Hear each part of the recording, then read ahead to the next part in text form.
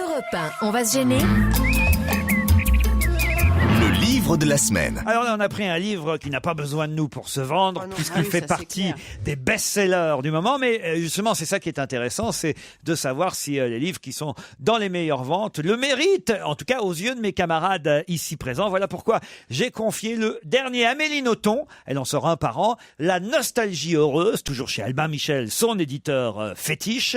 Et c'est Isabelle Motro, Yann Moix, Christine Bravo et Stevie qui ont lu le dernier Amélie Nothomb, La nostalgie heureuse. Stevie, pour commencer. Oh, alors Amélie Nothomb, fille d'ambassadeur belge au Japon, donc effectivement, elle est née au Japon, elle a grandi dans sa plus tendre enfance au Japon.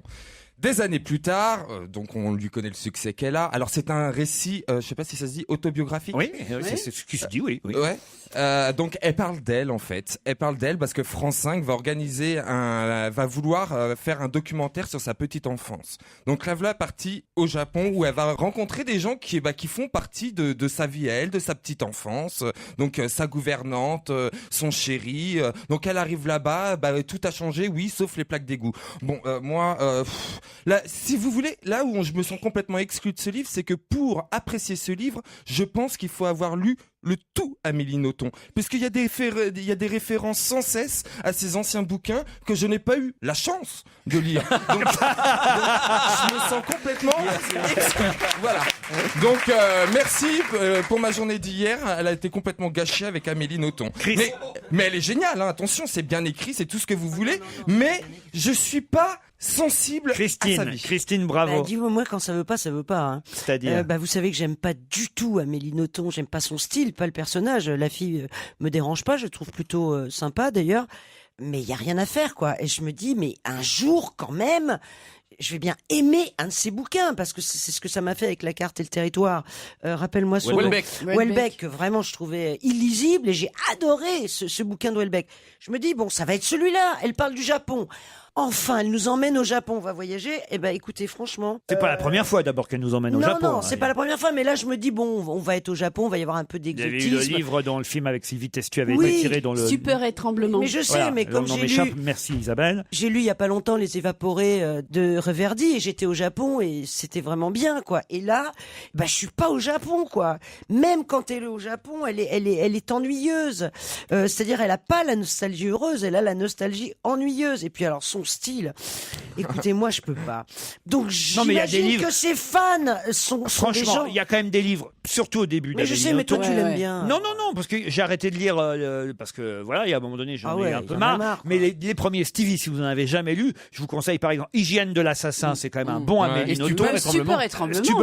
Et même, alors il y en a un vraiment pour moi le meilleur, c'est Les Combustibles. Il y a eu une pièce de théâtre qui a été tirée, mais franchement, si vous pouvez lire Les Combustibles d'Amélie Nothomb, c'est un bon Amélie Nothomb. Je vais essayer. Ça vous intéressera, en plus ça concerne aussi la littérature. Ouais, je veux bien. Alors moi je serais moins sévère que vous parce que j'ai trouvé ça absolument charmant au début, parce que moi Amélie Nothomb, quand elle parle du Japon, ça me fait plaisir, j'aime bien, je trouve qu'elle en parle bien, et puis surtout cette notion de nostalgie heureuse, c'est intéressant, c'est-à-dire elle l'explique, hein, c'est un mot japonais qui n'a pas d'équivalent en français, donc c'est le sens de la nostalgie, mais c'est le moment où la nostalgie vous remplit et vous laisse un souvenir ému dans le sens positif, quoi. Alors que pour nous, la nostalgie, c'est vrai, c'est plutôt triste. Donc, elle explique tout un tas de notions comme ça.